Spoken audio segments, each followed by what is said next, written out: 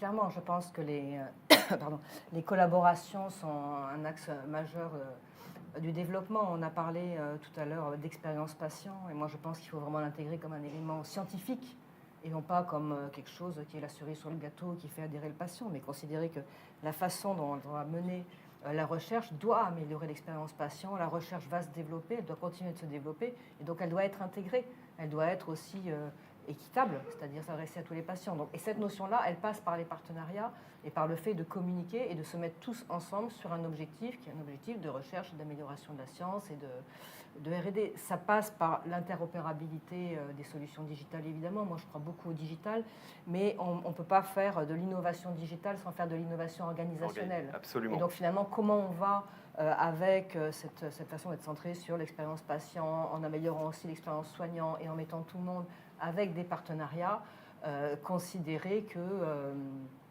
qu'on peut Aujourd'hui, c'est un petit peu cousu main. Est-ce que vous pensez que effectivement cette coalition entre plusieurs institutions, patients, associations, laboratoires, est-ce qu'aujourd'hui c'est encore cousu main, où on arrive d'avoir une structure claire et précise pour justement répondre à cette question de communication patient? Non, je crois pas. Je crois qu'on a encore du travail à faire.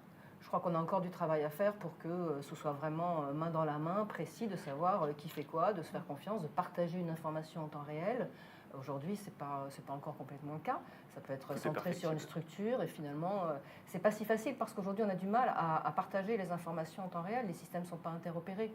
Donc finalement, si on reprend l'exemple de la recherche, on en a au protocole, il part de l'hôpital, mais comment le médecin traitant, lui, il a accès à la même information, comment l'infirmière en ville aussi, et tous les professionnels qui interviennent autour du patient ont l'information dont ils ont besoin et peuvent eux-mêmes fournir de l'information.